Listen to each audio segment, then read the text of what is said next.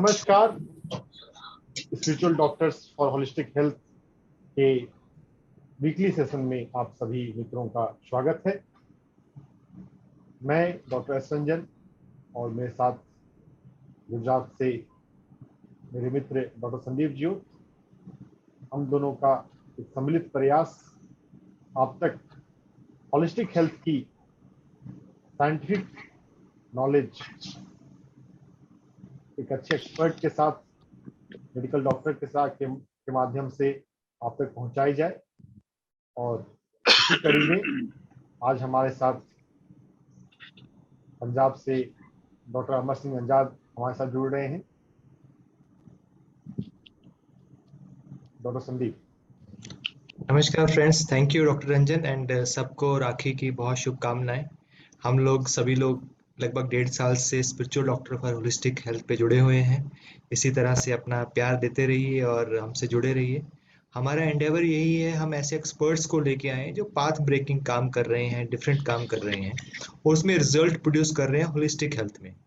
Doctor आजाद का नाम पंजाब में या इंडिया में ऐसा कोई बहुत कम लोग हैं जिन्होंने नहीं सुना होगा। पंजाब में तो डॉक्टर आजाद का नाम बहुत ही रिस्पेक्ट से लिया जाता है क्योंकि उन्होंने होलिस्टिक हेल्थ में पिछले 50 साल से काम कर रहे हैं। और शायद कुछ ही ऐसे डॉक्टर होंगे जो डिफरेंट डिफरेंट फील्ड्स में जिन्होंने अपना पोस्ट ग्रेजुएशन की होगी, और डॉक्टर आजाद उनमें से एक हैं जिन्होंने पीड्स के अंदर और प्रिवेंटिव मेडिसिन दोनों के अंदर पोस्ट ग्रेजुएशन की। और साथ में इनका शौक था होम्योपैथी और आयुर्वेदा के ऊपर, जब ये खुद as a medical officer, senior medical officer काम करते थे।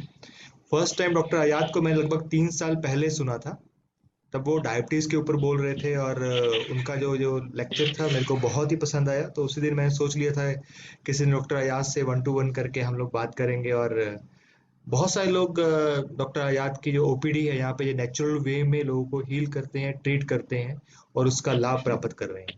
ऐसे ही डॉक्टर्स को मिलाने का हमारा प्रयास हमेशा रहेगा।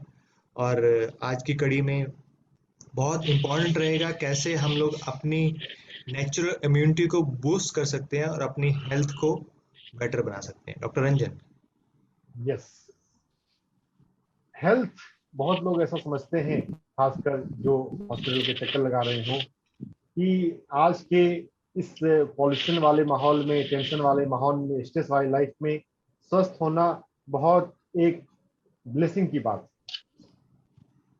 With all due respect to higher divine power, हमारी लाइफ में हेल्थ मुख्यतः हमारे डिसिप्लिन, हमारे भोजन, हमारी एटीट्यूड पर निर्भर करता है।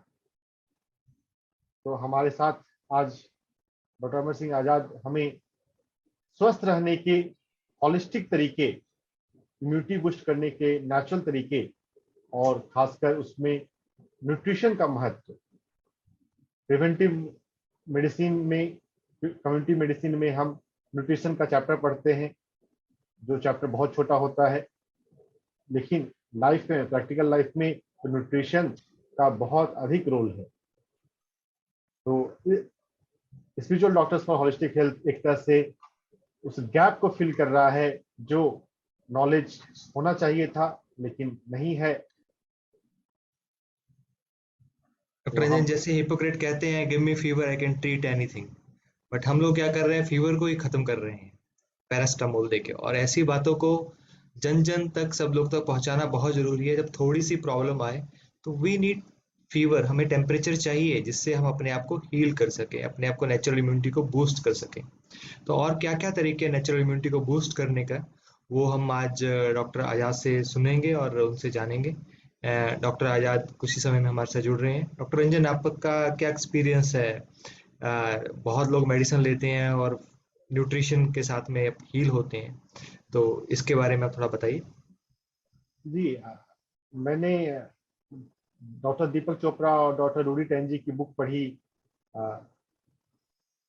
और कई, मतलब वो एक पहली बुक थी, एक इनिशियल बुक्स, जहाँ पे मुझे माइक्रोबायोम, हमारे गट में, हमारे इंटेस्टाइन में जो हेल्दी बैक्टीरियाज होते हैं उसका महत्व। बैक्टीरियाज को सिर्फ हार्मफुल नहीं होते, हमारी बॉडी में, हमारे गट में हेल्दी बैक्टीरियाज भी होते हैं। उनके, वो जितने हेल्दी रहे हमारे इंटेस्टाइन में, हम हमारी इम्यूनिटी, हमारा डाइजेशन, हमारा हेल्थ बहुत हद तक अच्छा रहे। तो वो माइक्रोबायोम का केयर करना वो एक बहुत महत्वपूर्ण बात है, और आज के टॉपिक में संभवतः हम उसके बारे में भी सुनने और सीखने वाले हैं। तो स्वागत है आजाद सर आपका spiritual doctors for holistic health पे। Sir Kindly- welcome spiritual doctor for holistic health. हम आपका बहुत स्वागत करते हैं। मैं डॉक्टर संदीप, मेरे साथ डॉक्टर रंजन। हम ये प्रयास लगभग 1.5 साल से कर रहे हैं और डिफरेंट डॉक्टर्स हर वीक हमारे सेशन में आते हैं। और आज हम बहुत सौभाग्य फील कर रहे हैं, आज आप हमारे सेशन पे आए और हमें नेचुरल इम्यूनिटी के बारे में बताएंगे। सर सर आपको अपने आप को अनम्यूट करना होगा। अनम्यूट आप करना, सर आपको अनम्यूट करना पड़ेगा। यस सर, हो गया। ठीक है भाई। अभी ठीक है सर। प्रणाम सभी दोस्तों को। अ, आज हम जिस विषय पे बात करने वाले हैं वो विषय मेरा बहुत प्रिय विषय है, और मेरा ही नहीं, मुझे लगता है कि ये विषय सबका प्रिय होना चाहिए। जिसका भी प्रिय बन जाएगा वो बस प्रिय प्रिय होगा। तो जो आपका spiritual doctors for holistic health का जो आपका रखा हुआ है नाम, आपका वो बहुत प्यारा नाम है। और मुझे लगता है कि स्पिरिचुअलिटी और होलिज्म शायद एक ही फिनोमेना के, एक ही चीज के दो नाम हैं, स्पिरिचुअलिटी और होलिज्म। स्पिरिचुअलिटी का जो जो जो जो हमारा पुरातन रहा है इतिहास, उसको पीछे अगर जाके हम ट्रेस करते हैं तो उसका वैदिक पीरियड से जुड़ता है। वो उपनिषदों के श्लोकों में जो स्पिरिचुअलिटी का वर्णन है, स्पिरिचुअल अप्रोच का वर्णन है, स्पिरिचुअल तरीका जीने का, उसका जो वर्णन है वो तो बहुत ही, मुझे लगता है कि शायद हमारी सभ्यता थी जिसमें ये था। इतना कॉम्प्रिहेंसिव और इतना बढ़िया ढंग से जो वर्णन है स्पिरिचुअलिटी का, शायद किसी और सभ्यता में नहीं मिलता। उसके बाद सेकंड जो मेजर माइलस्टोन हम कह सकते हैं वो बुद्ध का है। और बुद्ध भी अपने बहुत ही प्रिय ढंग से, बहुत ही सुंदर ढंग से उन्होंने अपनी बात कही। बात वही थी लेकिन उनके कहने का अंदाज डिफरेंट था, और उस समय में वो उनकी बात बहुत लोगों ने सुनी, और बहुत लोगों ने अपनी लाइफ में उसका जो उसको बदला, ट्रांसफॉर्म किया। उससे आगे चले तो जो हमारे इस रीजन में, पंजाब के रीजन में, हम लोग या उससे पहले थोड़ा सा ले सूफीज्म का, सूफी संतों का जो पूरे का पूरा कितना बनाया, वो भी बहुत ही सुंदर है और बहुत सिंपल है। सूफीज्म था जो बहुत ही सिंपल ढंग से बात को, अपनी बात को कहते थे, बात वही थी। और उसके बाद जो यहाँ पे हमारे सृजन का था, गुरबाणी गुरु नानक देव जी से लेके 10 सिख गुरुओं की जो पूरी परंपरा है, उसका जो उनके जो थॉट्स हैं, उनका जो गुरु ग्रंथ साहब के शक्ल में हमारे पास उपलब्ध है, वो भी बहुत सुंदर उसी बात की वो कहने का अपना एक बहुत सुंदर अंदाज है, जिससे करोड़ों लोगों ने लाभान्वित हुए। इसी सारी बातों को जो जो जो धर्म गुरु या धर्म के जो जो मास्टर्स थे, रिलीजियस मास्टर्स थे, वो अलग अलग ढंग से कहते रहे हैं। जो लोग थोड़े बहुत ज्ञाता हैं इसके, वो सब इस बात को बड़े सहज में समझ सकते हैं कि बात वही है, उसको कहने का अंदाज अलग अलग है और समय के साथ थोड़ा थोड़ा बदलता है वो। और आज साइंस ने भी उसी बात को, जिसके कहते हैं कि इसको उसके ऊपर वो ठप्पा लगा दिया है, मोहर लगा दी है, कि जो कुछ उपनिषदों से लेके गुरबाणी तक जो कहा गया वो डिट्टो सत्य है। उसको उन्होंने क्वांटम फील्ड ऑफ एनर्जी कहा। या अलग अलग ढंग से जो आइंस्टाइन से शुरू हुआ फिनोमेना, ये न्यूटन तक तो सिर्फ मैटर की बात होती रही, लेकिन न्यूटन के बाद जब आइंस्टाइन का पीरियड शुरू हुआ तो उसके बाद फिर वो ऊर्जा की बात जब हुई, ऊर्जा की बात होते हुए फिर क्वांटम फिजिक्स और क्वांटम ऊर्जा की बात हुई और क्वांटम फील्ड की बात हुई। तो जिस चीज को जिस उपनिषद परमात्मा कहता है, उसी चीज को science quantum field of energy कहती है। क्वेश्चन नामकरण का तो है ही नहीं, क्वेश्चन गुण धर्म का है। गुण क्या है जिसको उपनिषद कह रहे हैं, जिसकी बात कर रहे हैं, और जिसको क्वांटम फील्ड या क्वांटम फिजिक्स वाले कह रहे हैं, क्या वो डिफरेंट है? तो वो हम पाते हैं कि जो गुण धर्म है, उनके जो जो प्रॉपर्टीज हैं जिसकी वो बात कर रहे हैं, वो प्रॉपर्टीज वही है, वो वही प्रॉपर्टीज है। कोई लगभग 40 प्रॉपर्टीज बनती हैं, तो जिस प्रॉपर्टीज की, जिस गुणों की वो बात करते हैं, तो वो कहीं ना कहीं वही बात आगे आगे जाके क्वांटम फिजिक्स में आके वो 40 प्रॉपर्टीज की बात होती है कि वो अंतहीन है, वो न जन्मता है न मरता है, वो अमर है, अजर है, वो सब जगह है, कोई ऐसी जगह नहीं है जहाँ पे। तो वो क्या है अल्टीमेटली? उसे क्वांटम फील्ड ऑफ एनर्जी, जो खाली जगह दिख रही है, ये फुल ऑफ एनर्जी। तो ये जो फुल ऑफ एनर्जी, जो भी है एनर्जी, ये एनर्जी से भरा हुआ आकाश है जो, तो इसको हम अगर उपनिषदों की भाषा में कहेंगे तो ये परमात्मा है, और जिसको साइंस की भाषा में कहेंगे तो कॉन्शियसनेस है। ये एक फील्ड ऑफ एनर्जी है जिसको हम कह सकते हैं कि ये जीवत एनर्जी है। तो उसको साइंस ने अभी शायद बहुत सारे दोस्तों ने इसको पढ़ा भी होगा कहीं ना कहीं, तो साइंस ने भी इसके ऊपर मोहर लगा दिया कि ये जो कॉस्मोस है, कॉस्मिक ऊर्जा है जो, ये कोई मुर्दा ऊर्जा नहीं है, ये जीवत ऊर्जा है, लिविंग।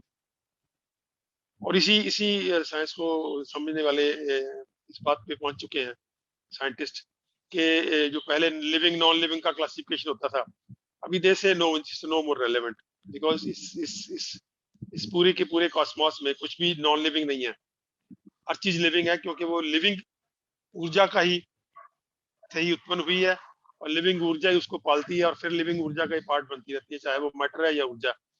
मैटर का और ऊर्जा का फर्क सिर्फ इतना ही है कि मैटर एक रुका हुआ पार्टिकल है जिसको हम तोल सकते हैं, नाप सकते हैं, और ऊर्जा एक पैकेट्स ऑफ एनर्जी है, क्वांटा ऑफ एनर्जी है, जिसको हम नापने का ढंग अलग है। उसको मैटर नहीं है, वो एनर्जी है, वो एक पार्टिकल नहीं है, पार्टिकल की शक्ल में नहीं है जिसको हम देख सको। देखने के लिए पार्टिकल को पर्टिकुलर टाइम चाहिए, उसके तब तक वो अगर रुकेगी तो ही देख सकोगे, तो इसको हम देख नहीं सकते। तो लेकिन इसको हम अलग ढंग से उसका नाप तोल कर सकते हैं। तो ये पूरे का पूरा जो पूरे का पूरा ऐसा पड़ा है तथ्य की, सच की जो खोज है, ये वैदिक कॉल से लेके अभी तक जो साइंटिस्ट जो कर रहे हैं, वो उसका सारांश क्या है? तो सारांश उसका ये है कि ये पूरे का पूरा कॉस्मोस जो है, इससे फुल ऑफ एनर्जी, ये अंतहीन है। अंतहीन, इसका ना तो कोई बिगनिंग है ना अंत है। तो ये जो प्योर फील्ड ऑफ एनर्जी है, जिसको अगर मैटर को माइनस करके सोचा जाए, तो इसको हम कह सकते हैं कि ये उपनिषदों की भाषा में ये परमात्मा है। उसके आगे 3 तत्व हैं, जो तत्व बोलते हैं जिसको हम, वो है हवा, पानी और मिट्टी। और हवा, पानी और मिट्टी किसी न किसी शक्ल में वो शक्ल लेते रहते हैं। सबसे जो बड़ा आकार का जो मैटर है, वो है स्टार्स। करोड़ों करोड़ गैलेक्सीज हैं, फिर हर एक गैलेक्सी में करोड़ों करोड़ तारे हैं। तो आप देखिए मैटर भी कितना ज्यादा है, करोड़ों करोड़ गैलेक्सीज हैं, करोड़ों एक गैलेक्सी में करोड़ों करोड़ तारे हैं।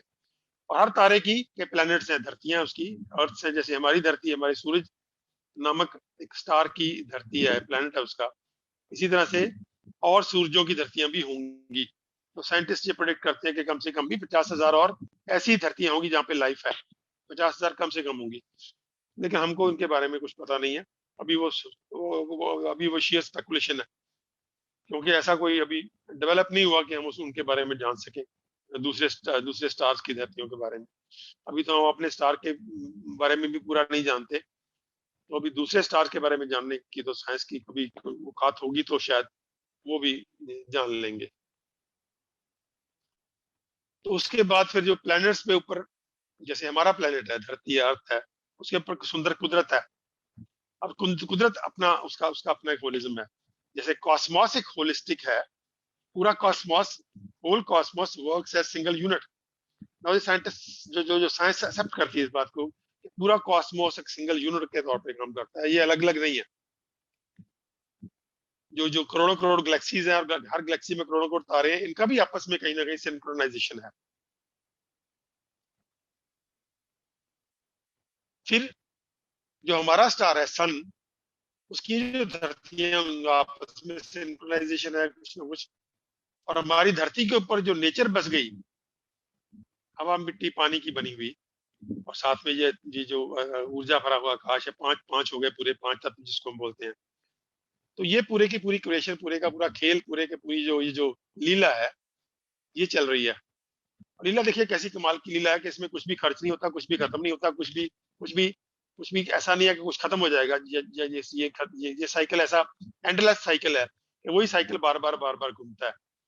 चाहे वो हवा का साइकिल है, चाहे वो पानी का साइकिल है, या धरती के ऊपर जो ये पेड़ पौधे है, उसके लिए जो खुराकी तत्व है, उसका साइकिल है। तो वो कहीं ना कहीं वहीं पे साइकिल बन के घूमता रहता है। ना उसमें कुछ खर्चा होता है, ना उसमें कुछ कम होता है, ना ज्यादा होता है। तो ये जो हमको जो पढ़ाया गया कि आप फसलें पैदा करोगे तो फसलों में जमीन में कमी हो जाएगी, तो फिर कमी हो जाएगी तो फिर केमिकल डालने पड़ेंगे, फिर ये सारा बोगस साइंस कहीं ना कहीं अभी it has prove to be a farce. तो ये कहीं ना कहीं भी आप जितनी मर्जी फसलें उगा लो, जितने मर्जी पेड़ पौधे उगा लो, उसमें कुछ भी कम नहीं होता। और forest is a beautiful example of that. जो जंगल होता है उसमें कभी कुछ नहीं कम होता, फिर भी सब कुछ होता रहता है, सब जीवन पलता रहता है, चलता रहता है, लेकिन उसमें कम कुछ नहीं होता। उल्टा एनरिचमेंट होती है। जहाँ पे जितनी ज्यादा जीवन पलेगा, वहां की धरती है, वहां का जो जो जो इकोलॉजी है, वहां का जो एनवायरमेंट है, उतना ही रिच हो जाता है, अनरिच हो जाता है। वो नेचर उस हिसाब से अपने आप को ऑर्गेनाइज कर लेती है, ऑर्गेनाइज्ड फॉर्म। तो ये पूरे का पूरा, तो उस नेचर में भी आपस में कोहेजन है, उसमें नेचर में भी होलिज्म है। वो nature works as a whole, not as individual scattered pieces. ऐसा कोई वो एक पुर्जा उसका अलग अलग नहीं है, वो भी एक सिंगल इकाई पे काम करती है। ऐसे ही हमारी बॉडी है। जैसे जैसे हम पहले तो पूरी इकोलॉजी एक है, उसके अंदर इकोलॉजी में सबसे पहले तो बात करेंगे तो सूक्ष्म जीवों की बात करेंगे। माइक्रोबियल लाइफ है जो जो दिखती नहीं है। अब सबसे सबसे बेसिस, जो पूरी की पूरी लाइफ का बेस है, अगर उसका लिविंग बेस लेना हो ट्रेडिशनल साइंस में, तो वो माइक्रोब्स है। Microbes are basis of whole of big life. पूरी बड़ी लाइफ का एक आधार है वो माइक्रोबियल लाइफ है। तो वो जो आधार है, उसमें दो मेनली हम बात करेंगे, बैक्टीरिया और वायरसेस की। बाकी है तो बहुत सारी, लेकिन दो की बात करें तो थोड़ा सिंपल रहेगा। अब ये जो माइक्रोबियल लाइफ है, ये इसको अगर सिंप्लीफाइड ढंग से कहना हो तो हमारी अपनी सभ्यता की जो जो जो जो जो सिंबलाइजेशन है ब्रह्मा विष्णु महेश की, वो वंडरफुल है। वंडरफुल सिंबलाइजेशन है। ये जो माइक्रोबियल लाइफ है, ये हमारे ब्रह्मा भी हैं, ये विष्णु भी हैं, ये महेश भी हैं। दक्षिण का चक्कर और ये सारा कोरोना वोरोना सब समझ आ जाएगा। और कैसे ये कैसा एक हमारे ऊपर झूठ का पलंदा, झूठ का पहाड़ हमारे सिर के ऊपर रख दिया गया, वो सब समझ आ जाएगा कि ये जो माइक्रोबियल लाइफ है पूरी की पूरी ब्रह्मा है, विष्णु है, महेश है। विष्णु ब्रह्मा मीन्स इससे बड़ी लाइफ पैदा होती है। बड़ी लाइफ पैदा होने का ये पूरा आधार बनते हैं, उसके बिना बड़ी लाइफ नहीं बन सकती। ये पूरे का पूरा एक रिकॉर्डेड फैक्ट है कि इस धरती पे करोड़ों सालों तक सिर्फ बैक्टीरिया और वायरसेस थे, सिर्फ माइक्रोबियल लाइफ थी। उस माइक्रोबियल लाइफ ने पूरी की पूरी धरती के ऊपर काम किया पहले, और तब जाके इस धरती को बड़ी लाइफ के फिट किया। और उसके बाद अब भी वो ब्रह्मा का काम करते हैं। अब भी हमारे शरीर के अंदर जब रोज करोड़ों करोड़ सेल्स मरते हैं और करोड़ों करोड़ सेल्स पैदा होते हैं, उन सेल्स के मरने और पैदा होने में ये ब्रह्मा का रोल प्ले करते रहते हैं कहीं ना कहीं। और फिर विष्णु का रोल, ये ब्रह्मा का रोल धरती में अलग से पेड़ पौधों के लिए है। पेड़ पौधों के लिए ये पूरे का पूरा आधार है कि इनके बिना पेड़ पौधे पैदा नहीं हो सकते।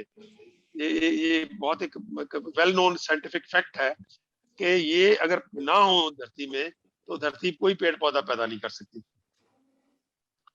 इसी तरह ये विष्णु में पालते हैं हमको।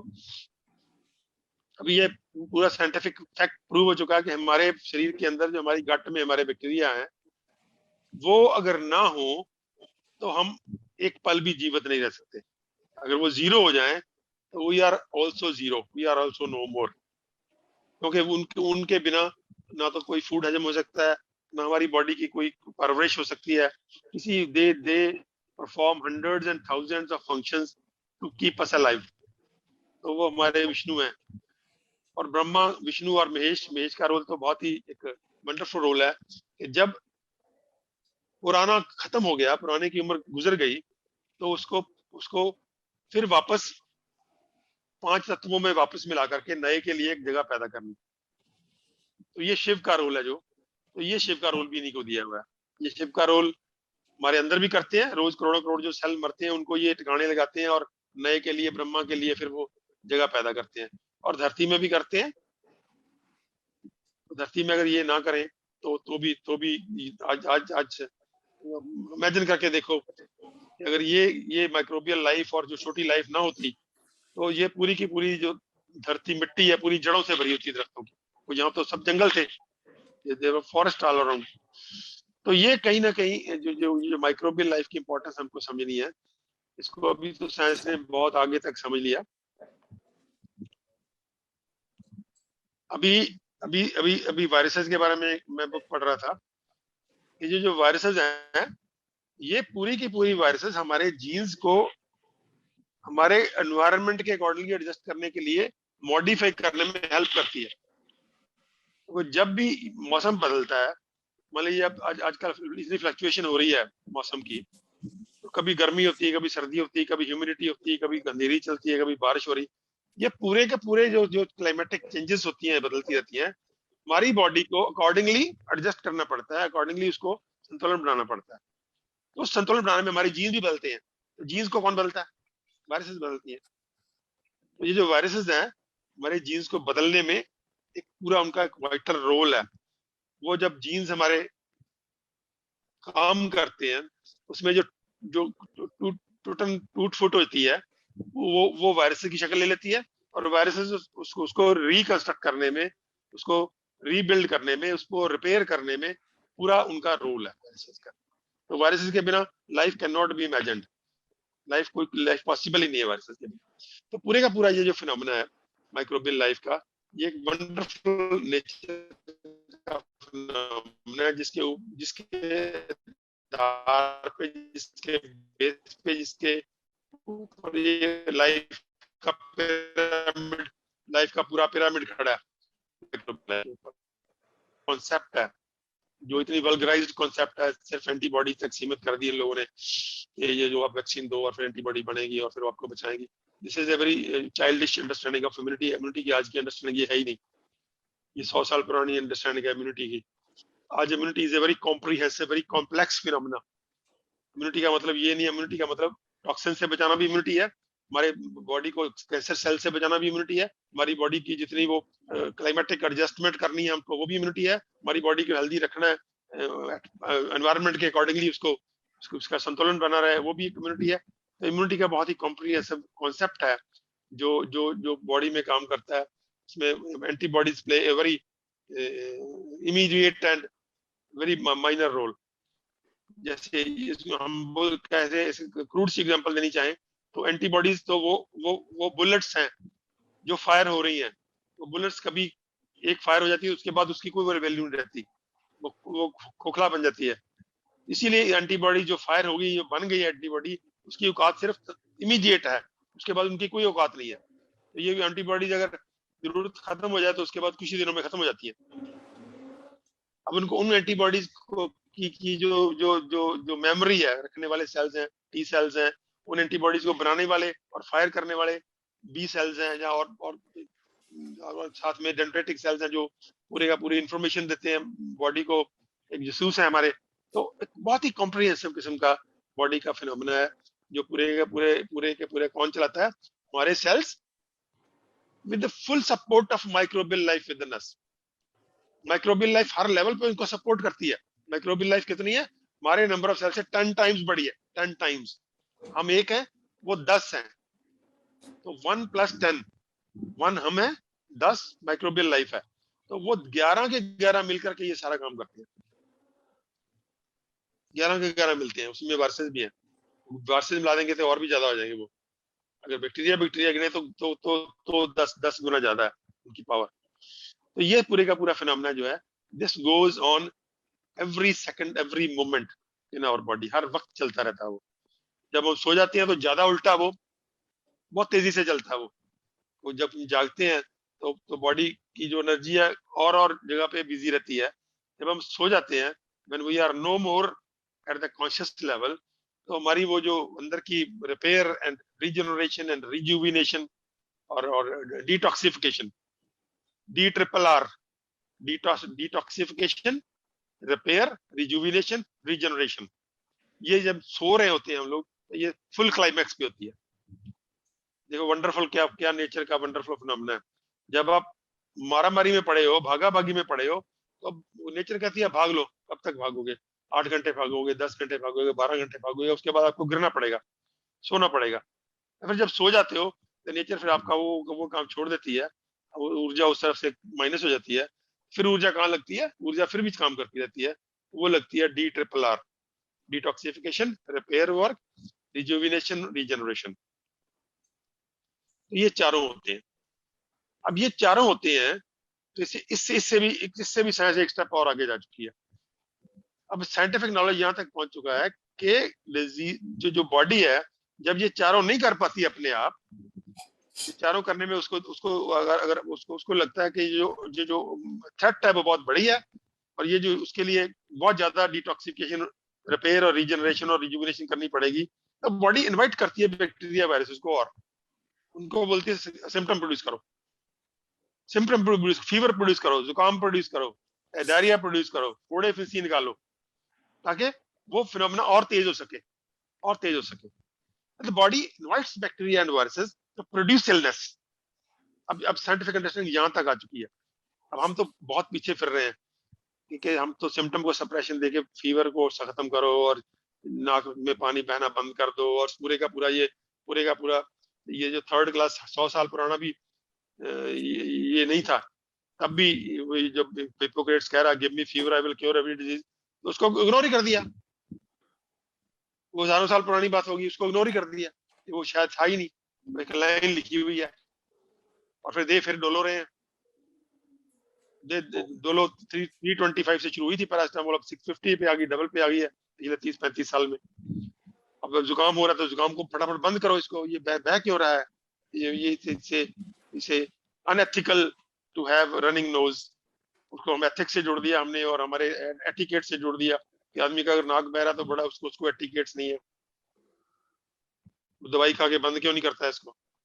और खारिश हो रही, खारिश को बंद करो, बुखार हो रहा था बुखार को उतारो, पेन हो रही तो पेन को खत्म करो, हर सिम्टम को, खांसी आ रही तो खांसी को सप्रेस करो। तो ये पूरे का पूरा जो फिनोमेना है, ये तो सैकड़े हजारों सालों से पता था, और कोई भी और पैथी इसको सप्रेस नहीं करती स्वाय एलोपैथी के। मुझे बता दीजिए कोई भी पैथी, होम्योपैथी ने इसको अगेंस्ट है, सिम्टम सप्रेशन के, आयुर्वेदिक अगेंस्ट है, योगा अगेंस्ट है, नेचुरोपैथी अगेंस्ट है, और हमारे जो पुरातन विजडम पड़ी है वो भी यही कहती थी कि मत उतारो, ये शुद्धिकरण हो रहा है, शुद्धिकरण है, ये पूरे का पूरा आयुर्वेद में वर्णन है सारा इसका, हजारों साल पहले। लेकिन आयुर्वेद को इन लोगों ने रद्दी की टोकरी में फेंक के रखा है। जो साइंस है वो रद्दी की टोकरी में फेंक रखी है, और वो साइंस के नाम पे वो जो धंधेबाजी लेके आ गए हैं, उसको हाईजैक कर लिया पूरी की पूरी रिसर्च को कॉर्पोरेट ने। जो कॉर्पोरेट इतना बड़ा ह्यूज जायंट साइज हो गया, उसका जायंट साइज का कुछ साइज अब इमेजिन करना भी मुश्किल है। पूरे का पूरा 500 टॉप कंपनियों में से 10 टॉप फार्मा कंपनी जो है, उनकी वेल्थ जो है और उनके प्रॉफिट जो है बाकी 490 कंपनी से ज्यादा है। और पूरी की पूरी पॉलिटिकल पार्टी को जो फंडिंग हो रही है उसमें सबसे टॉप फंडिंग फार्मा कंपनीज की है, नंबर 2 पे फंडिंग फूड इंडस्ट्री की है, और नंबर 3 पे फंडिंग शायद एग्रो इंडस्ट्री की है। तीनों जो सर्वनाश करने वाली 3 इंडस्ट्रीज हैं, एग्रो इंडस्ट्री केमिकल बनाने वाली, और ये जो फूड इंडस्ट्री और फार्मा इंडस्ट्री, ये तीनों ने मिलकर के ऐसा सत्यानाश किया है पूरे के पूरे, नॉट ओनली हेल्थ का, हेल्थ में भी सिर्फ फिजिकल हेल्थ खराब नहीं की इन लोगों ने, मेंटल हेल्थ भी खराब की है, और रिप्रोडक्टिव हेल्थ जो जो जो इतनी इतनी बुरी तरह से जो वो जो क्रिपल हुई है, बड़ी प्रोडक्टिव हेल्थ पूरी दुनिया में हुई है।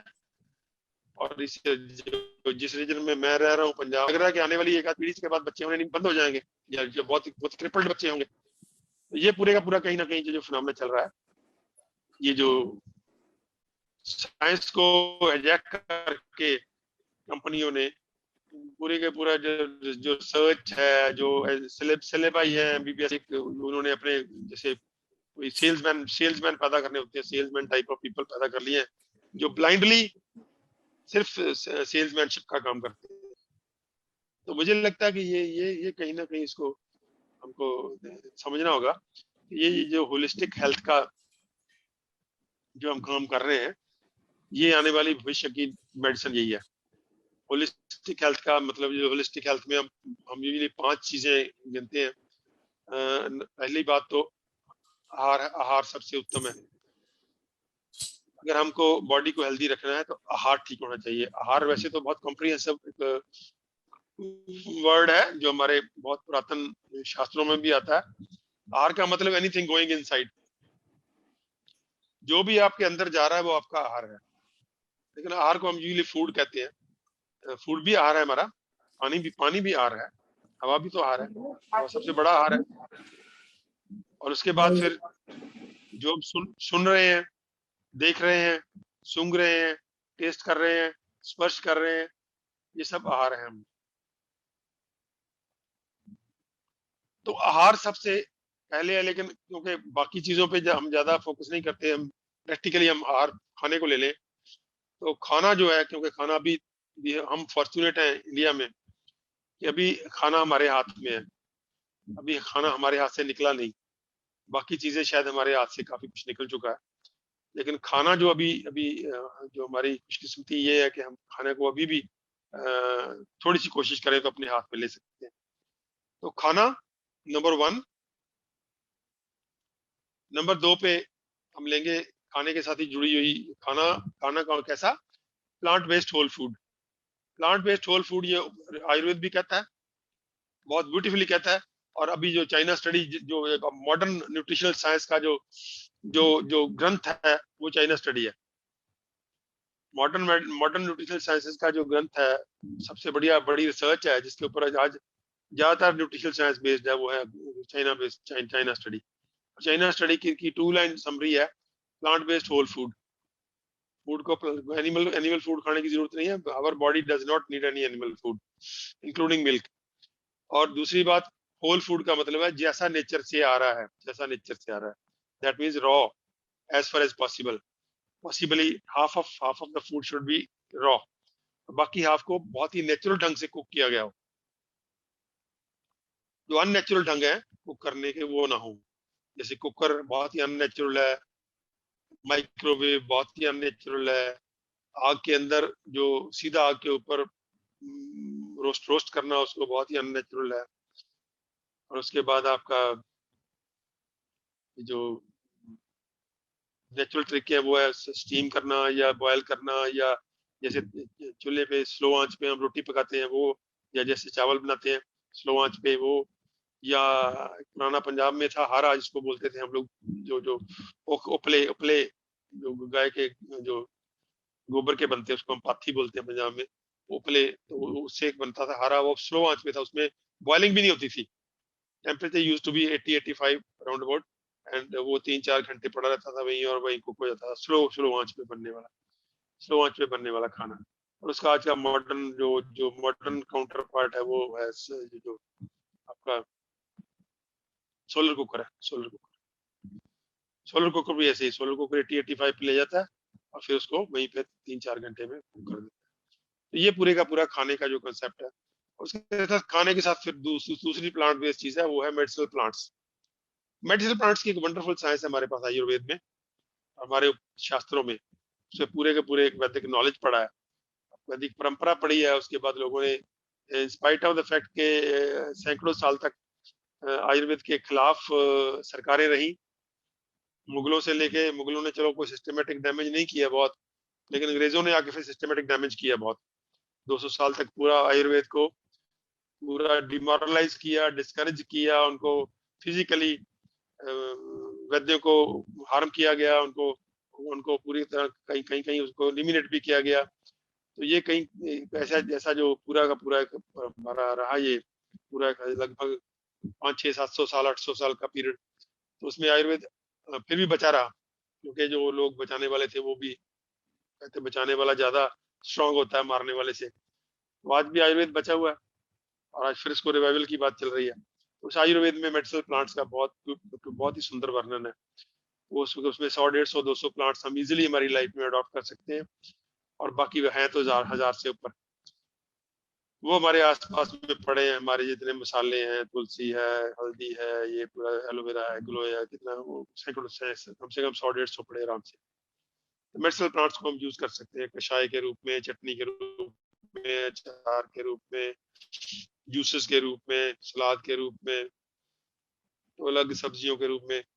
तो ये अलग ढंग से हम यूज करते हैं। तो ये हो गया आपका भोजन के बाद मेडिसिनल प्लांट्स का यूज एज मेडिसिन, जिसको हम घरेलू उपचार बोल सकते हैं, या दादी नानी के टोटके बोल सकते हैं। तो तीसरे नंबर पे आ गया हमारी फिजिकल एक्टिविटी, एक्सरसाइज या योगा।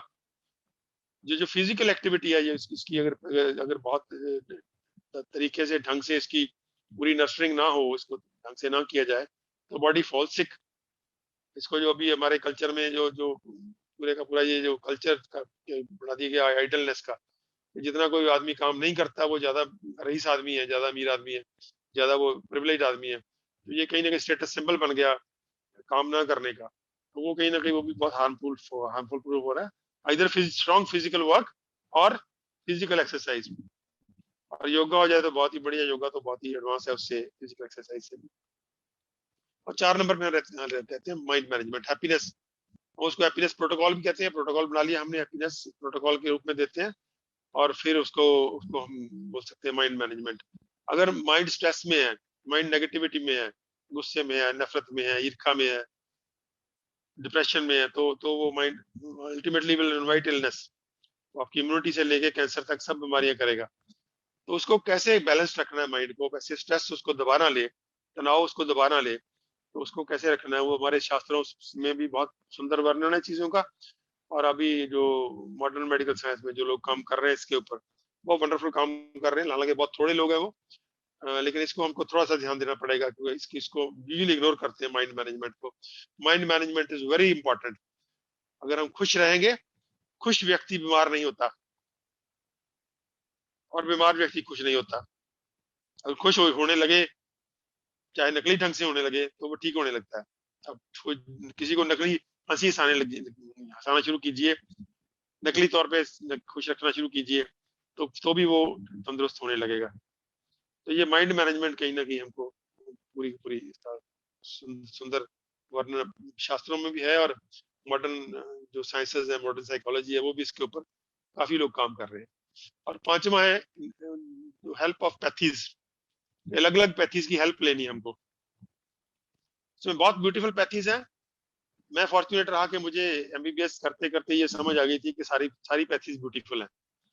तो इसीलिए शायद मैं स्ट्रगल में से धीरे धीरे धीरे धीरे मुझे काफी चीजें समझ आई, और मुझे क्लियर हो गया कि इन पैथीज को हमको नरिश करना है, इन पैथीज को हमको पैम्पर करना है, इन पैथीज को हमको प्यार करना है, और प्यार से इनको अपनी हीलिंग के लिए यूज करना है।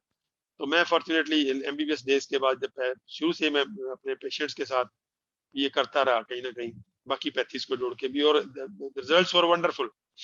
फॉर एग्जांपल, मैंने अपनी जिंदगी में किसी बच्चे की टॉन्सिलेक्टमी नहीं होने दी। मैं पीडियाट्रिक्स का डॉक्टर हूँ, लेकिन मेरी जिंदगी में जो बच्चा मेरे पास आ गया, मैंने उसकी टॉन्सिलेक्टमी नहीं होने दी, क्योंकि मुझे शुरू में समझ आ गई थी कि टॉन्सिल को निकालना बहुत बड़ा क्राइम है।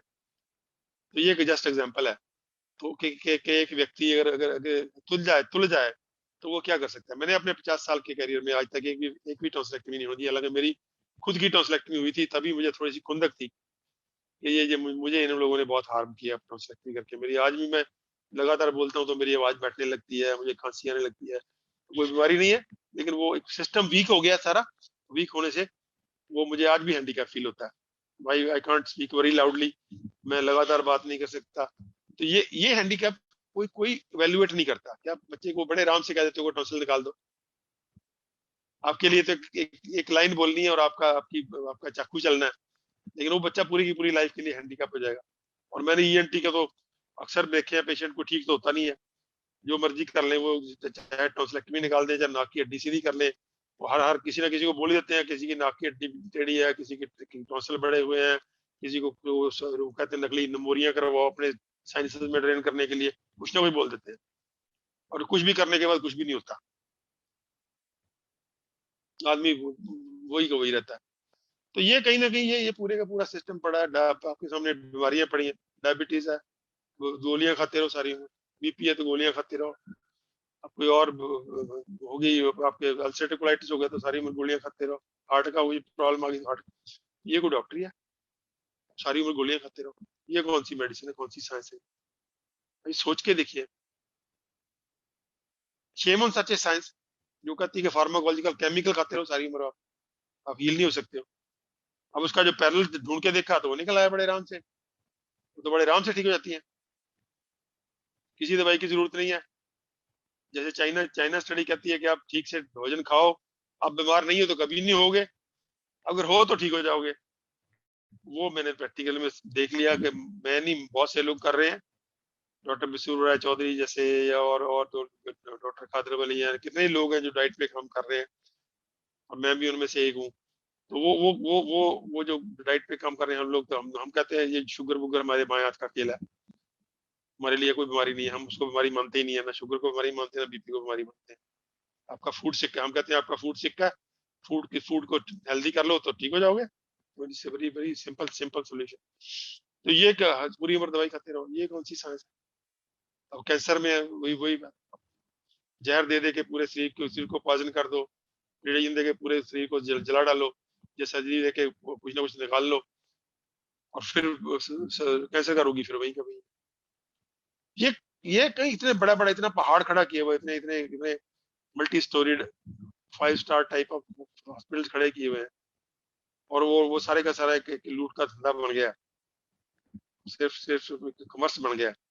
अब उसको उसको उसको अंडू करना पड़ेगा कहीं ना कहीं, ये सारे का सारा कहीं ना कहीं। तो ये होलिस्टिक हेल्थ की जो पावर है, ये बहुत बड़ी पावर है। आने वाला समय मुझे लगता है होलिस्टिक हेल्थ का समय, आने वाला जो समय है, मुझे तो कोई इसमें शक नहीं है, आने वाले 2 दशक इंडिया के लिए पर्टिकुलरली और बाकी दुनिया के लिए भी इन जनरल, 2 दशकों में अगर अगर ह्यूमैनिटी को हम अवेयर कर दें, तो 2 दशकों में ये जिन बीमारियों को इन्होंने इनक्योरेबल और क्रॉनिक और लाइफ लॉन्ग कहा हुआ है, वो सब की सब गायब हो जाएंगी। 2 दशक चाहिए, सिर्फ सिर्फ 2 decades only. 2030 is going to be a very decade of turmoil, क्योंकि अभी ये जो कोरोना के नाम पे हमला हुआ है, this is attack on the humanity under the name of corona. इसको जो उनका इतना डिफरेंट है, करना कुछ और चाहते हैं। इन लोगों ने मेडिकल प्रोफेशन को एक टूल ऑफ स्टेट पावर बना दिया, जो पहले हिडन था या इतना स्ट्रॉन्ग नहीं था। अभी टोटल हेल्थ को ही, पूरे हेल्थ का जो पूरे का पूरा इनका जो मॉडल है, उसको एक टूल ऑफ स्टेट पावर बना दिया कि उसके जरिए ये लोगों को एंस्लेवमेंट करेंगे, उनको खास ढंग से जीने के लिए मजबूर करेंगे, उनको अंदर बंद करेंगे, उन पे मुंह बंद करवाएंगे मास्क लगवा के, या उनको डरा के रखेंगे, या उनको वीक करेंगे, या वैक्सीन लगा के उनको पंगु करेंगे, या डीपॉपुलेशन करेंगे, या पता नहीं क्या क्या करेंगे, या उसके चिप्स लगाएंगे अंदर। तो ये पूरे का पूरा किसके थ्रू? हमारे डॉक्टरों के थ्रू, हमारे थ्रू ये करना चाहते हैं कि कोई हम लोगों के ऊपर शक नहीं करेगा कोई भी, क्योंकि ये इतिहास रहा है कि डॉक्टर आगे आगे डॉक्टर होते हैं, पीछे पीछे गन होती है, आगे आगे दवाइयां होती हैं, पीछे पीछे गन होती है। ये पुराना इतिहास भी रहा है। तो शायद वही एक अलग शक्ल में रिपीट हो रहा है कि हमको आगे करके ये लोग अपना एजेंडा पीछे से चलाना चाहते हैं। Enslavement of humanity in their own way, एक नया नया न्यू वर्ल्ड ऑर्डर क्रिएट करना चाहते हैं ये लोग। तो ये कहीं ना कहीं तो इसका जो जो हमारे पास टूल है वो है होलिस्टिक हेल्थ। इनका मॉडल है कॉर्पोरेट मॉडल ऑफ हेल्थ, जिसके जरिए ये पूरे के पूरे बड़े बड़े कॉर्पोरेट हॉस्पिटल के जरिए ये लोगों की पूरी उम्र की कमाई को एक दिनों में उड़ा के ले जाते हैं और बेचारे नंग के नंग मरते हैं। वो एक एक एक मिडिल क्लास का आदमी, अपर मिडिल क्लास का आदमी पूरी जिंदगी काम करता है और आने वाली पीढ़ी के लिए, आने वाली नस्लों के लिए कुछ छोड़ता है इकट्ठा करके, ताकि वो आने वाली नस्लें कुछ लाइफ अपनी इजी रख सके। तो वो मरता मरता आईसीयू में दाखिल होके और पूरी की पूरी लाइफ की उल्टा अपनी आने वाली पीढ़ी की भी कुछ ना कुछ लेके साथ चला जाता है। तो ये कहीं ना कहीं ये जो मॉडल है इसका हमारे पास पैरेलल मॉडल है होलिस्टिक हेल्थ का। अगर जिसको हम पॉपुलराइज कर सके, जिसको अगर जिसको हम बोलते हैं ये जो मेडिसिन ऑफ फ्यूचर है, फ्यूचर मेडिसिन का जो है उसको, उसमें मिलेट्स का शायद मैं रेफरेंस देना भूल गया कि जो 50% रॉ फल सब्जियां और बाकी नट्स और ऑयल सीड्स और 50% जो है वो मिलेट्स एज स्टेपल फूड, जिसको हम अनाज कहते हैं, चावल की शक्ल में खाएं या रोटी की शक्ल में खाएं या इडली की शक्ल में खाएं या पूड़े की शक्ल में खाएं या आपका डोसा हो गया या जो भी बना सकते हैं, उसके लिए अनाज चाहिए। तो वंडरफुल अनाज जो डॉक्टर खादर वली की जो रिसर्च है, वंडरफुल रिसर्च, 5 मिलेट्स जो उन्होंने दिए हमको ह्यूमैनिटी को, मैं समझता हूँ डॉक्टर खादर वली की बहुत बड़ी कंट्रीब्यूशन है ह्यूमैनिटी के लिए। उतने वंडरफुल वो ग्रेन्स हैं कि वो खाने से आदमी बीमार रहता ही नहीं है। उसमें इतनी ज्यादा बैलेंस्ड है पूरे का पूरा न्यूट्रिशन, और इतनी ज्यादा उसमें फाइबर कंटेंट है, और बाकी जो पूरी की पूरी हमें हेल्दी रखने की जो पूरी वाइल्ड प्लांट्स हैं वो बहुत ही सुंदर है। और वो अगर उसकी कल्टीवेशन शुरू कर ले इंडिया, तो मुझे लगता है केला इंडिया पूरी दुनिया को फीड कर सकता है। इतने वंडरफुल ग्रेन्स हैं और पूरी की पूरी दुनिया हेल्दी हो सकती है, सिर्फ एक इंडिया। तो वो पूरे का पूरा कहीं ना कहीं इतनी इतनी वंडरफुल ग्रेन्स हैं वो कहीं ना कहीं हमको वो भी अडॉप्ट करनी बेहद जरूरी है।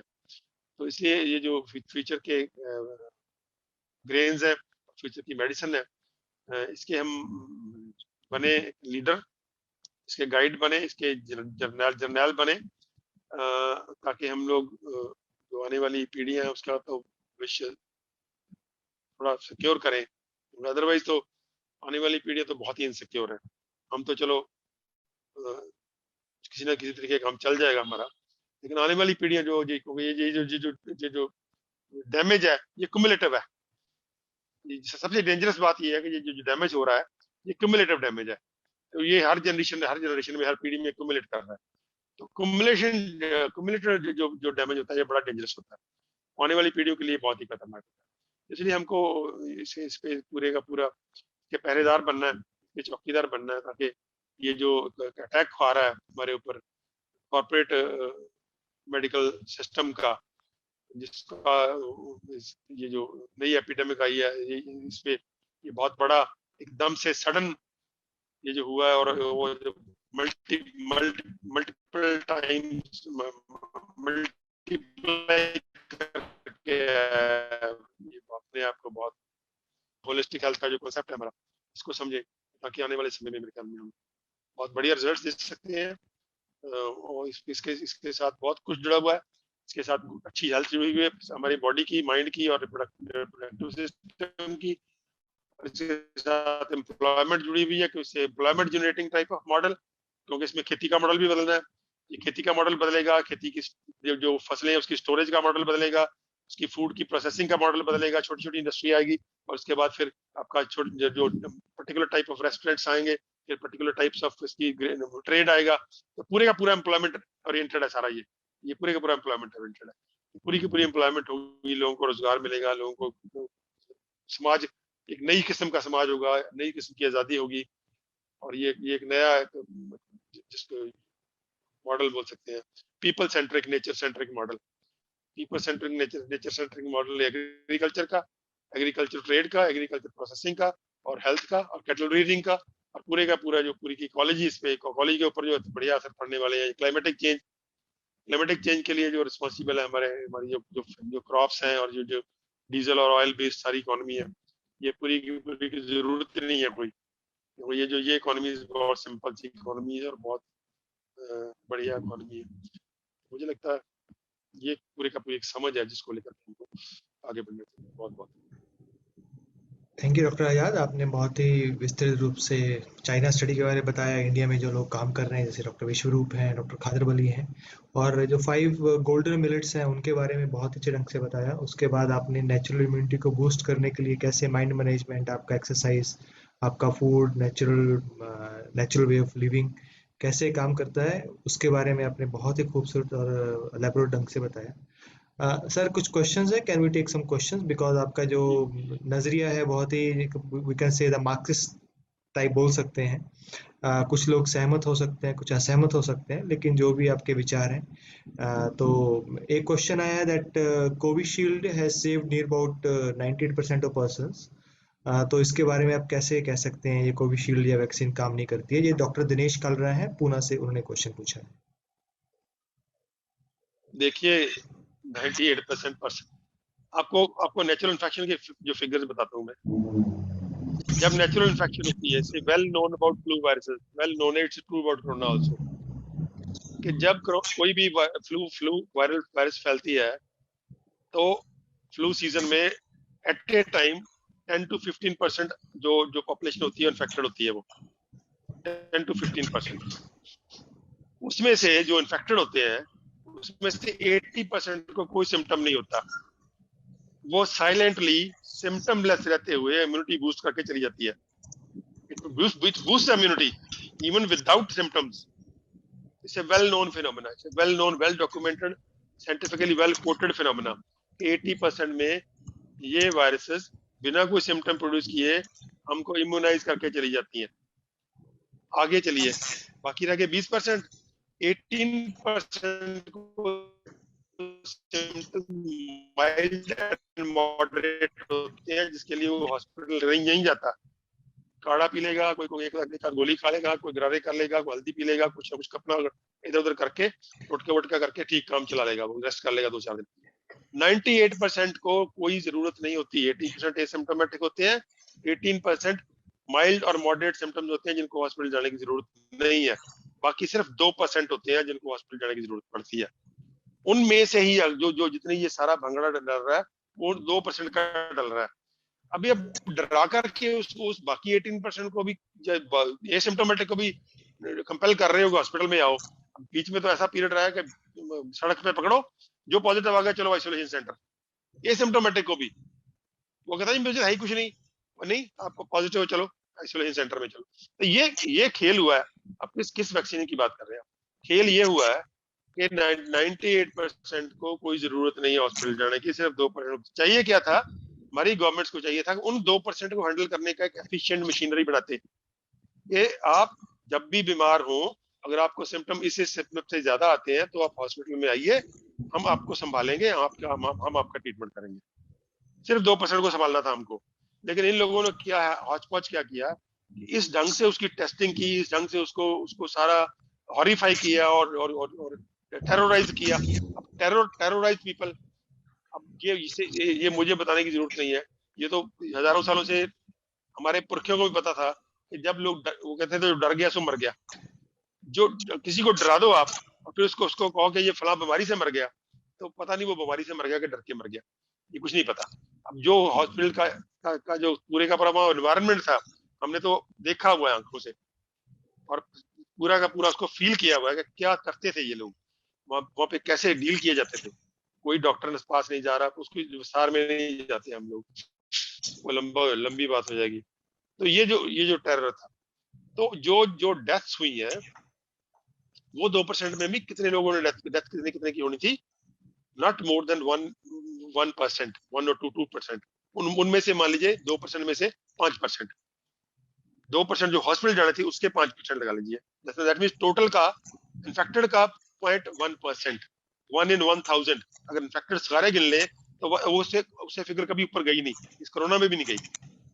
अगर टोटल गिने तो ये फिगर अपनी मर्जी से मैनिपुलेट करते हैं, जो हॉस्पिटल में रिपोर्ट कर रहे हैं उसकी परसेंटेज निकाल लेते हैं, कभी किसी की परसेंटेज निकाल लेते हैं। क्या साइंस क्या कहती है, जितने लोग इन्फेक्टेड है सैंपल करो आप, जितने लोग इन्फेक्टेड है उसमें से कितने की डेथ हुई, वो 1 in 1000 है। वो पुरानी फिगर है, वो आज नहीं, आज से सैकड़ों हजारों साल पहले भी यही रेट था, और इसमें भी यही हुआ है।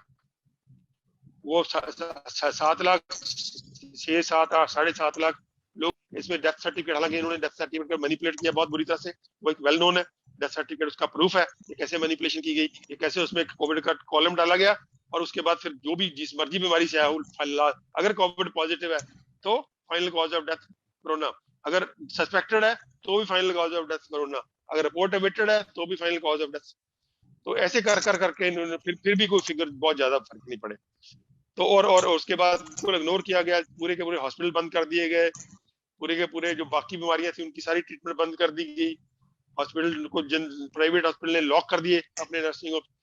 तो ये सारे का सारा क्या हुआ कि सिर्फ पेशेंट्स को टेरराइज नहीं किया गया, लोगों को टेरराइज नहीं किया, मेडिकल प्रोफेशन को भी टेरराइज किया गया। ये मेडिकल प्रोफेशन खुद ही इतना डर गया वो अपने लॉक लगा के बैठ गया, और सर्टन सिर्फ डेजिग्नेटेड हॉस्पिटल में रश पड़ा, और जिसमें वो हाहाकार मची। फिर अगर आप कहोगे कि ये 100 हॉस्पिटल में से सिर्फ 2 हॉस्पिटल में जा सकते हो आप, बाकी 98 फिर तो बंद है, तो आप अपने भी होगा फिर, और एक तरफ आप टेरराइज कर दो। तो ये पूरे का पूरा कॉम्प्लेक्स सा चक्कर चला जिसमें ये पूरा का पूरा फिनोमेना हुआ।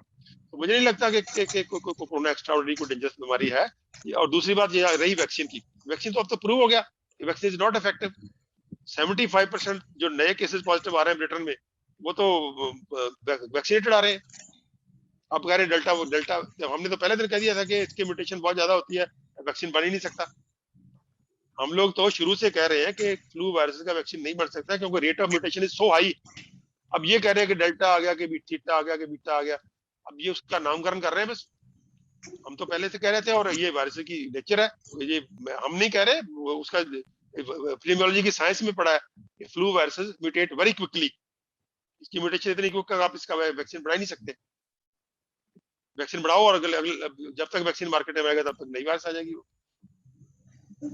तो ये तो पूरा ड्रामा है, ड्रामा कर रहे हैं, तो ठीक है, कब क्या हाल क्या किया जा सकता है। नेक्स्ट क्वेश्चन हमारे कंट्री में डॉक्टर अमर हम ले सकते हैं, doctor Azad.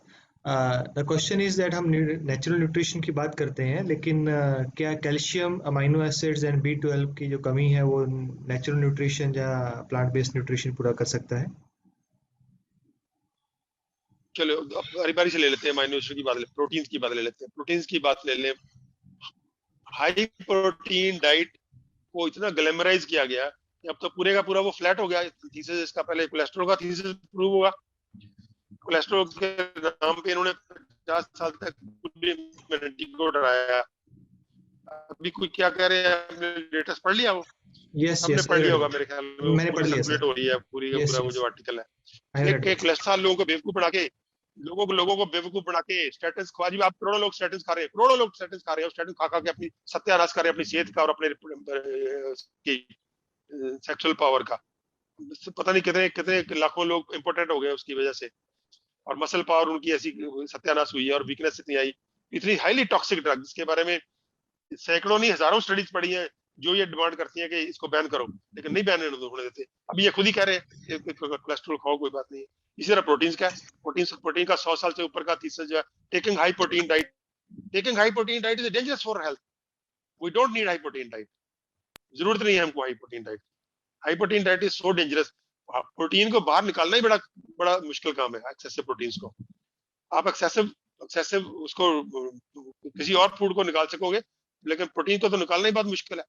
High protein diet is not required by the body, balanced proteins are needed. और हमको पता होना चाहिए कि जिंदगी का कोई भी फूड होगा वो जीवित होगा, और हर जीवन प्रोटीन से बनता है। कोई जीवन प्रोटीन के बिना नहीं होता, वो पत्ते की शक्ल में हो, या फ्रूट की शक्ल में हो, या ग्रेन की शक्ल में हो, या मीट के मुर्गे की शक्ल में हो, हर जीवन प्रोटीन से बनता है। अच्छा, जो प्रोटीन रिच फूड्स हम रिकमेंड करते हैं उसका कोई बेसिस ही नहीं है। और अभी ये प्रूव हो चुका है कि taking excessive protein is harmful for life. ये प्रूव हो चुका है, मैं नहीं कह रहा, ये स्टडीज कह रही है, आप जाके पढ़ लीजिए कि कोई बॉदर नहीं करने की जरूरत हमको ऐसा। अगर हम मिक्स टाइप ऑफ, हम अगर biodiverse mix type of food खाएंगे तो अमीनो एसिड की कमी नहीं होती। अमीनो एसिड की कमी तभी होगी अगर आप एक ही किस्म का फूड खाते जाएंगे, प्लांट पोस्ट, मतलब चावल ही खा रहे हैं आप लोग, सब्जियां नहीं खा रहे, दालें नहीं खा रहे, साथ में नट्स नहीं खा रहे, ग्रेन्स नहीं खा रहे, ऑयल सीड्स नहीं खा रहे, अगर हम मल्टीपल टाइप का प्लांट फूड खाएं तो किसी भी अमीनो एसिड की कमी नहीं होती है। और दूसरी बात याद रखिए अपने दोस्तों को, हमारी बॉडी में गट में फ्लोरा बैठा है, वो इसी काम के लिए बैठा है। अगर कोई आपका अमीनो एसिड पूरा नहीं है तो वो पूरा कर लेते हैं। और मुझे बताइए आप, हम वही मैमल्स है ना, कितने मैमल्स है जो बिल्कुल ही पत्ते खाते हैं। घोड़ा है सबसे स्ट्रॉन्ग जानवर, सबसे तेज जानवर, वो क्या खाता है? उसके अमीनो एसिड कहाँ से आते हैं? उसका भी तो गट फ्लोरा पूरा पूरे करता है ना। ये कहते हैं ये वो सेलुलोज है, वो तो गट, वो हमारा गट फ्लोरा भी कर लेता है। ये मिथ क्रिएट किया गया कि हमारा गट फ्लोरा करता नहीं है। ठीक है, उतना एफिशिएंट नहीं है सेलुलोज को डाइजेस्ट करने के लिए, लेकिन हमारा गट फ्लोरा फाइबर को डाइजेस्ट करके, उसको सॉफ्ट फाइबर होती है उसको डाइजेस्ट करके उसमें से जो उसको चाहिए निकाल लेता है। नहीं निकाल लेता तो उसको मॉडिफाई कर लेता है। विटामिन B12 गट फ्लोरा बनाता है, गट फ्लोरा बनाता है, जानवरों में भी बनाता है, हम में भी बनाता है। हम में आर्गुमेंट ये दिया जाता है कि गट, हमारा जो गट फ्लोरा है वो लार्ज इंटेस्टाइन में है, लार्ज इंटेस्टाइन में B12 की एब्जॉर्प्शन नहीं होती। क्यों नहीं होती जी? बिल्कुल होती है। और आप खा के देखिए, खमीर खाइए, हमारे कल्चर का बहुत रिच, बहुत एक फूड पड़ा है जिसको हम खमीर बोलते थे। खमीर की हुई चीजें, खमीर की हुई चीजें B12 रिच होती हैं। और दूसरी बात, आप B12 जिनका डेफिशिएंट आ रहा है उनके आंकड़े लेके देखिए। ये जो कहा जा रहा है ना कि एनिमल फूड खाना में नहीं होते, वो मिथ वहीं ब्लास्ट हो जाता है। B12 is deficient in even animal, जो फूड ईटर है उनमें भी है। वो मुझे लगता है कि उसका गट फ्लोरा से ताल्लुक है।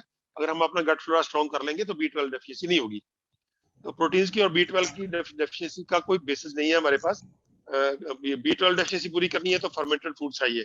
इसमें जब जैसे हम मिलेट्स में कहते हैं अम्बली या खमीर खाते हैं हम लोग, या अब इसकी दूध की दही भी कहते हैं, बहुत ज्यादा मना नहीं करते। अगर कोई हेल्दी व्यक्ति है तो अगर उसके पास गाय का अच्छा दूध है तो दूध की दही बना के खाए। वो दही का भी आगे आगे और वर्जन आ गया है जिसमें लैक्टोबैसिलस अकेले नहीं होते, उसमें मल्टीपल टाइप के होते हैं। और लेकिन इसको भी हम वही शेप दे देते हैं, मिलेट्स को खमीर करके देते हैं।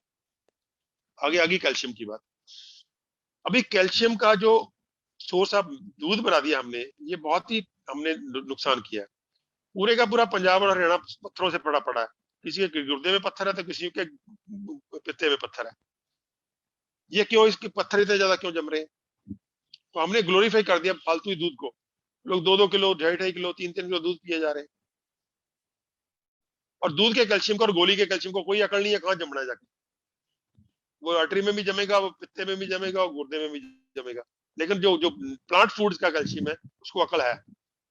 पहली बात तो बॉडी को अकल है कि वो प्लांट फूड का वही न्यूट्रिएंट अब्सॉर्ब करती है जो उसको चाहिए, जो नहीं चाहिए नहीं अब्सॉर्ब करती, वही छोड़ देती है उसको। और वो चला भी जाए आगे तो उसको अकल है, वो निकल जाता है। तो प्लांट फूड्स इतने वंडरफुल फूड्स हैं कि इस केस में अगर कुछ चीज एक्सेस होगी भी तो भी वो बॉडी उसको एक्सेप्ट नहीं करती है, बॉडी निकाल देती है, क्योंकि बॉडी की सिंक्रोनाइजेशन बनी हुई है उससे। एनिमल फूड की शायद सिंक्रोनाइजेशन थी किसी जमाने में जब बहुत हार्ड वर्किंग थे हम लोग, तो एनिमल फूड भी हजम हो जाता था हमको, क्योंकि तब काम बहुत ज्यादा था, फिजिकल वर्क बहुत ज्यादा था। आज का जो एवरेज व्यक्ति है वो एनिमल फूड हजम नहीं कर सकता, शायद तब का व्यक्ति कर सकता था। तो मुझे लगता है आज के एवरेज व्यक्ति के हिसाब से एनिमल फूड भी कम से कम या तो नहीं खाना चाहिए या मिनिमल खाना चाहिए, कम से कम कर देना चाहिए। और जो बीमार है एटलीस्ट उसको एक बार छोड़ देना चाहिए। तो बीमार व्यक्ति प्लांट फूड से जल्दी हेल्दी होगा। और जो हेल्दी व्यक्ति है उसको हम कहते हैं कि ठीक है भाई, आपको अगर दूध की कुछ लेना है तो दही, लस्सी, मक्खन या घी, दही की बनी हुई चीजें, फर्मेंटेड दही से बनी हुई चीजें जो थोड़ी बहुत ले सकते हो अगर आप हेल्दी हो तो। या अगर आपको नॉनवेज बहुत अच्छा लगता है तो हफ्ते में एक आध बार आप ले लो, ज्यादा मत खाओ, ज्यादा आप हजम नहीं कर पाओगे। अगर अगर बहुत हार्ड वर्कर है, कोई पहलवान टाइप व्यक्ति है या ऐसा कुछ है, तो उसकी एक एक्सेप्शन है। वो हम एक्सेप्शन की बात नहीं कर रहे हैं, वो एक्सेप्शन है उसकी। लेकिन एवरेज व्यक्ति को ना तो हाई प्रोटीन डाइट की जरूरत है, ना कोई B12 के बारे में बात करने की जरूरत है, ना उसको जो कैल्शियम के बारे में बात। कैल्शियम के लिए सबसे बढ़िया फूड्स है तिल, सीसेम, अलसी, चिया सीड्स, मखाने, रागी की रोटी, वंडरफुल फूड्स फॉर कैल्शियम। और विटामिन D के लिए धूप, धूप में जाइए आप लोग, धूप में जाना ही छोड़ दिया हम लोगों ने, इतना इतना इतना हमको नेचुरल कर दिया गया कि धूप में जाएंगे तो कैंसर हो जाएगा। सच ए नॉनसेंस थिंग। और पूरे का पूरा डिस्प्रूव हो चुका है कि धूप धूप से कैंसर का कोई लेना देना नहीं है, अल्ट्रावायलेट रेस से कैंसर का कोई लेना देना नहीं है। तो पूरे का पूरा जो हमको कई बार बुक्स में वो चीजें पढ़ाई जाती है जो जो 50 साल पहले आई होती है, वही हम पढ़ाई चले जाते हैं। जो लेटेस्ट आ रहा है वो कोई बॉदर नहीं करता। इसलिए हमको मुझे लगता है कि अपडेट करना चाहिए अपने आप को। बहुत सारी चीजें साइंटिफिक जर्नल में भी आ रही हैं, जैसे शुगर के लेवल के बारे में वो लेटेस्ट आ गया कि 250 से नीचे डोंट ट्रीट, और ये फिर भी 100 110 के कहे चले जा रहे हैं। तो मुझे लगता है कि ये थोड़ा सा हमको अवेयर रहना चाहिए कि जो कॉर्पोरेट है ये अपनी धंधेबाजी के एंगल से सब कुछ करता है, तो हमको इनके सेल्समैन नहीं बनना है। हमको एक इंडिपेंडेंट ह्यूमैनिटी का सेवियर्स बनना है। हमको अपने प्रोफेशन की इज्जत रखनी है, अपने प्रोफेशन की ग्लैमर ग्लोरी रखनी है। तो हमको ये फार्मा का जो जो स्लेवरी है, स्लेवरी वाला मॉडल है, इससे थोड़ा सा बच के रहना। जी बहुत ही अच्छा डॉक्टर आजाद।